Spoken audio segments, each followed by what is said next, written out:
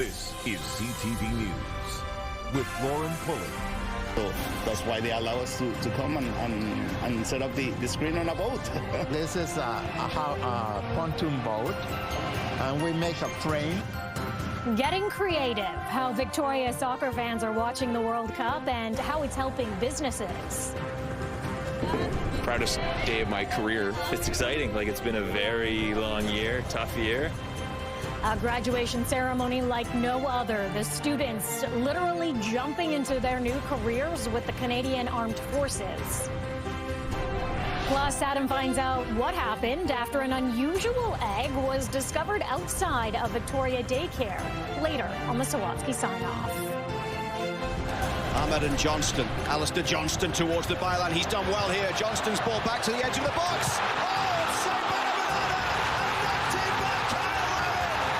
Canada with the advantage. It's Kyle Laren again. Listen to that excitement. BC plays in a tizzy this afternoon after Canada opened the scoring in its second World Cup match of the tournament against Qatar. A win tonight would be the first time our country has won a World Cup game. Good evening. Thanks so much for joining us. Well, Team Canada is on the field, a ferry ride away here in Victoria. The World Cup spirit is alive and well, packed viewing parties and local businesses surrounding them saying sales are booming. As CTV's Brendan Strain reports, soccer buzz is packing pubs and even floating docks. We had a lot of red and white, a lot of proud Canadians down here. Isaiah Archer is with Whistleboy Brewing Company in the heart of Market Square in downtown Victoria. When Canada played Bosnia and Herzegovina in the first game of the World Cup, the viewing party in the square was electric. You can really see a lot of energy down here, and I think every day that goes by, it's just bringing more and more excitement. Business has been good, and with Canada squaring off against Qatar today, the prediction is that it will only get better. In preparation for bustling sud sales, the brewing company has been ramping up its production. We're prepared for it, and yeah, we're not going to run out. We're excited. Over at Fisherman's Wharf, Puerto Vallarta Amigos is getting in on the viewing party action. So we had a plan. To erect a big screen on the dock. We came to the Harbor Authority. They love the idea. Although there were some concerns regarding liability issues, and that's when the Amigos got creative. So that's why they allow us to come and set up the screen on a boat. This is a pontoon boat, and we make a frame. So far, the unique viewing experience has been a big draw for local soccer fans. With Canada hitting the pitch, followed up by a Mexico game, the dock is expected to get fairly crowded this afternoon. We're super excited. Business has been fantastic. Over at the Barden Banker, the World Cup has only added to an already great start to the tourism season, thanks to dozens of cruise ships that have already visited the capital region. May was huge. The boats were really front-end loaded, and that led us right into a ton of energy on the street already. The pub says the tournament has been a huge added bonus. That energy was already in the city, so to just piggyback off that's been pretty special. From floating screens to downtown watch parties, fans are hoping Canada will make history today with its first World Cup win. And if they do, business is sure to keep booming for big Canada games. Brendan Strain, CTV News, Victoria. And thousands of police officers are being deployed in Vancouver today to manage crowds and ensure public safety. Officers from various departments, including Calgary and the RCMP, are being brought in to help. International officers, known as spotters, are also in the mix, particularly those specializing in soccer hooliganism. Most police agencies who are assigned to look at nothing but soccer hooliganism or soccer ultras, so to speak, and they know who those sort of nefarious fans are who may start causing problems and whatnot. So you will see spotter officers from spotter programs in all 16 host cities, Mexico, Canada, and the U.S. 1,200 officers will be patrolling on foot, bicycle, motorcycles, and vehicles. By sea, police boats will also be in the water, and by air, drones will be providing an aerial perspective of the crowds. A man convicted of arson and firing a gun at Indo-Canadian pop star A.P. Dillon's Colwood home has been ordered deported from Canada. Abjit Singh Kingra was convicted last year and sentenced to 6 years in prison after shooting at Dillon's home and setting 2 vehicles on fire before fleeing. The attack happened in September of 2024. Videos, including one apparently taken by the shooter, were shared on social media. The Immigration and Refugee Board of Canada confirms that Kingra was found inadmissible to Canada Monday for engaging in organized crime. A second suspect, 24-year-old Vikram Sharma, remains at large. It is grad season across the country, but one ceremony today on Vancouver Island will see graduates launch into their careers from the sky. New Canadian Forces search and rescue technicians go through some of the most demanding training in all the Canadian forces. And today, all that work pays off. Here's CTV's Andy Garland.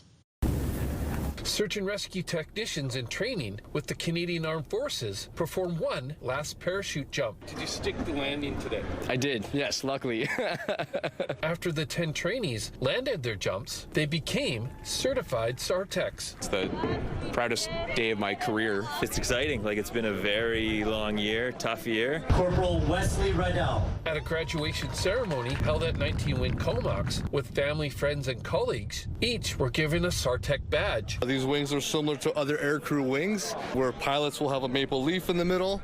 We have a parachute. Then handed over their standard Air Force blue beret for an orange one. The color of the beret that we have is for search and rescue technicians is the orange beret, and we're the only ones that wear it. It hasn't been easy for these graduates who come from across the country to 19 Wing Comox and put in a year's worth of grueling training to earn their wings and orange beret. It's cold, it's long, you're hungry and tired and sore a lot, but it's no joke, but it's not impossible. The training is said to be one of the toughest certifications you can accomplish in the Canadian Armed Forces. Our motto is that others may live, and our mission is to go out there and protect primarily victims that are in aeronautical or marine disasters. The new SARTECs will now be stationed at bases across the country, from the Pacific to the Atlantic, and are ready to assist those who need it the most in any kind of environment possible. Obviously a super fulfilling mission that you're going out there and saving people. It's very challenging. Like, it was one of the biggest challenges of my life to get here. It marries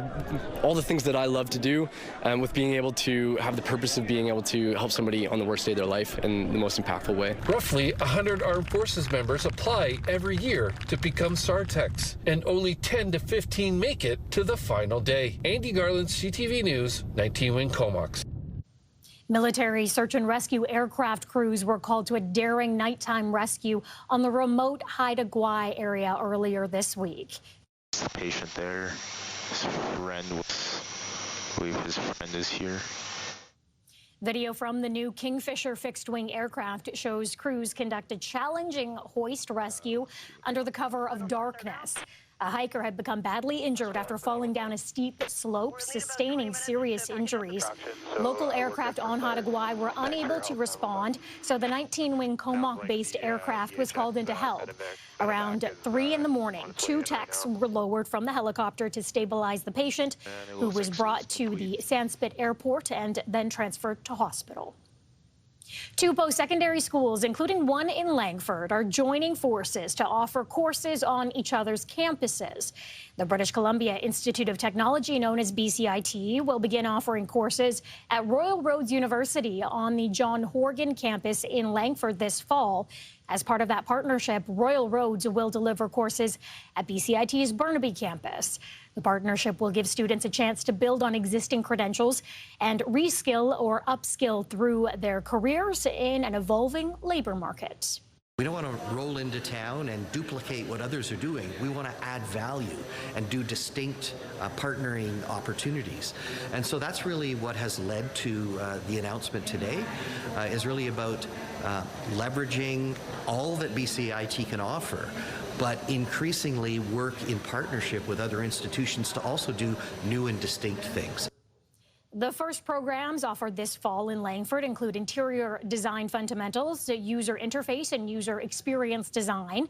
More programs are expected to roll out each semester. Plus one and a reason for hope. A new orca calf has been spotted in El Pod. The newly minted baby whale, designated L130, was spotted in the Salish Sea on June 14th, bringing the current count of southern resident orcas to 76. The Center for Whale Research says L130's mom and sex have not been confirmed, and that observations are underway to learn more about the new calf. Researchers say based on its size and other characteristics, L130 is between 1 and 3 months old.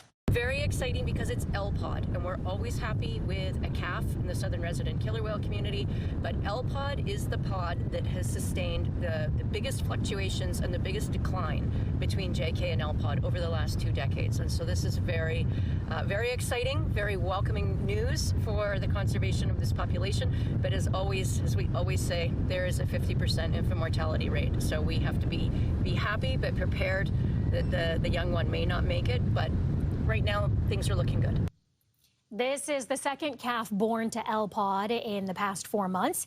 The last one was baby L129, spotted swimming off Machosen in February. The sweetest day of the year is back at West Shore Town Center. 107.3 Virgin Radio's Angelina Rye has the details on this weekend's Sweet Escape. Looking to do something different this Saturday? Something that's very tasty, very sweet, delicious, and whimsical on the West Shore? Well, that would be Sweet Street.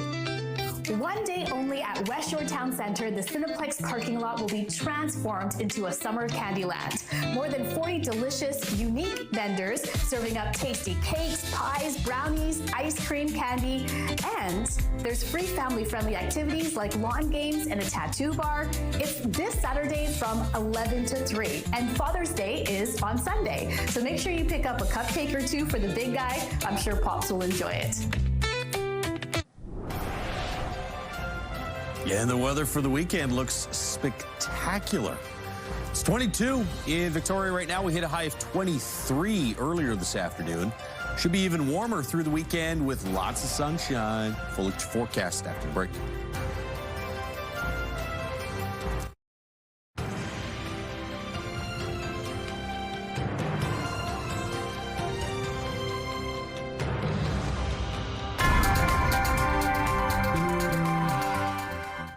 All right, time now to turn things over to Josh for a look at the weather. You gave us a tease there just before the break that we are in for some great days to come. Yeah, well, I mean, Angelina would call it what, Sweet Street on Saturday. It's a sweet treat of a forecast as well for the next couple of days. Lots of warm temperatures, lots of sunshine. I mean, in the north, you'll probably see a bit of cloud cover here over the next couple of days, but everybody else looking at mainly sunny skies. 22 in Victoria after hitting 23 earlier today, 26 and 27 in Nanaimo, Port Alberni, Tofino's at 22. A little gusty there. Wind out of the west, about 20, gusting to around 30 or 40. All of this is going to stay well to the south. You see there's been a little bit of patchy cloud cover for areas around Tofino and just north, but really for the most part, overnight tonight, tomorrow morning, tomorrow afternoon, it's going to be mainly sunny skies for most areas. And then there's a little bit of extra cloud cover out on the west coast and in the north. In the upper levels, you have, here's your nice, it's not a very strong ridge, but it's a bit of a ridge.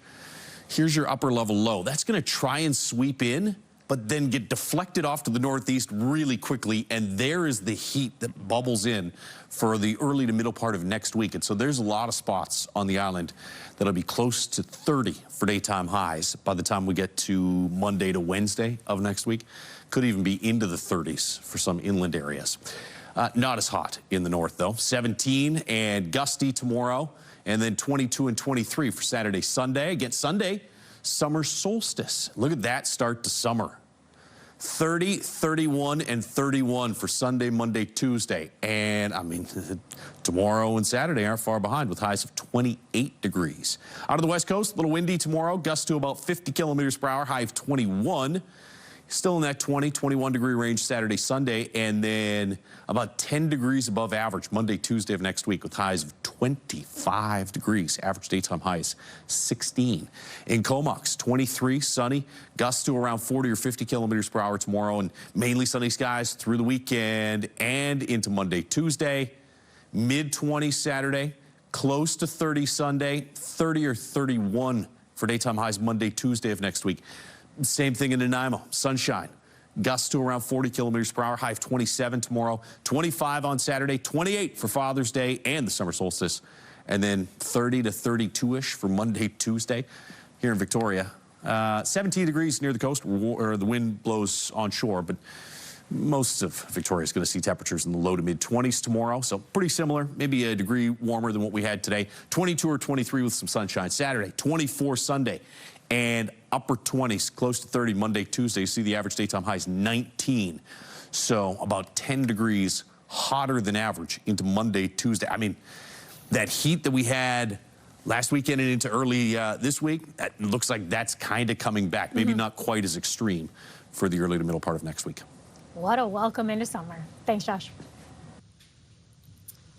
Well, as the world reacts to the U.S.-Iran deal and braces for a threatened partial U.S. pullback from Europe, NATO's Secretary General is calling on alliance members, including Canada. CTV's Judy Trin has more on what's being pushed for. In front of NATO defense ministers, the U.S. Secretary of War announced a 6-month review of the number of American troops deployed to protect Europe. It will be designed to ensure that NATO is moving fast and irreversibly toward Europe leading, stepping up to take primary responsibility for the defense of Europe. The U.S. already has plans to withdraw 5,000 troops stationed in Germany and is delaying deploying another 4,000 to Poland. In his announcement, Pete Hegseth linked the decision to a refusal from some allies to provide military assets when Donald Trump first launched the war against Iran. As President Trump put it, and rightfully so, he gave our allies a test to support America when we asked for their help, and too many failed it. The U.S. is putting pressure on allies to come up with concrete plans to increase their military spending by the time global leaders meet in less than 3 weeks.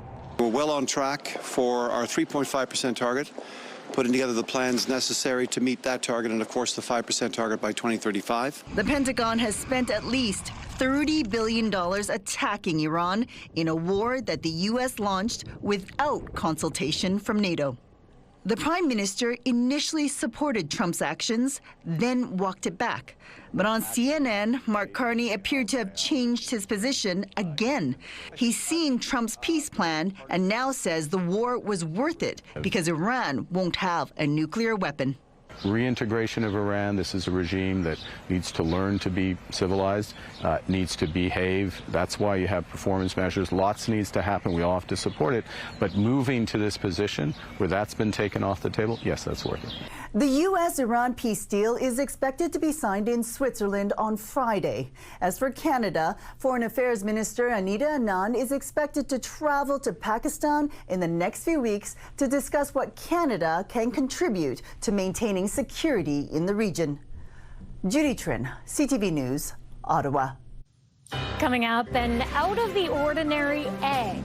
Adam finds out the unexpected series of events that followed the discovery of an unusual egg. Next on the Sawatsky Side.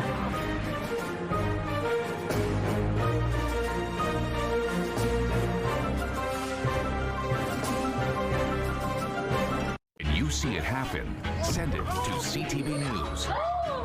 Text 10400. From your screen to ours. Text 10400.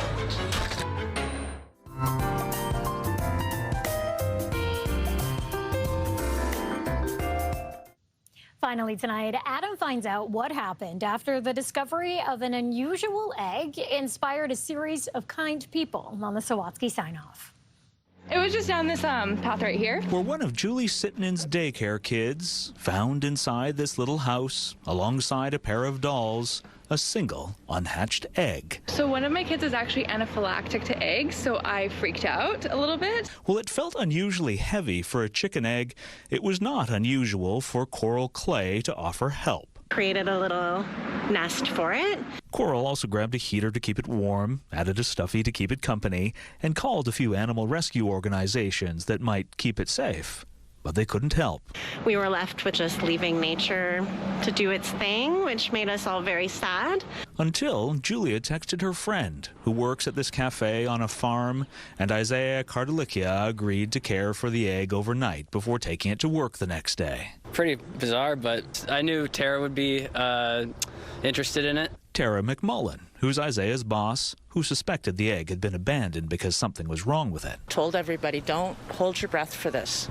This is not gonna happen. Still, Tara placed it in her incubator and looked after it for weeks before out popped a baby peacock. It was absolutely perfect. It's just the cutest little thing in the world. They named him Chickpea, and Tara spent the next few days caring for him round the clock. Doesn't matter if it's a baby peacock, a baby kitten, a baby dog, or a baby. They're all a lot of work. Which is why Tara is so grateful a local veterinarian who owns a chicken has agreed to adopt Chickpea, so the hen can raise the peacock as one of her own. I absolutely know he will have the best life ever. That's so cute!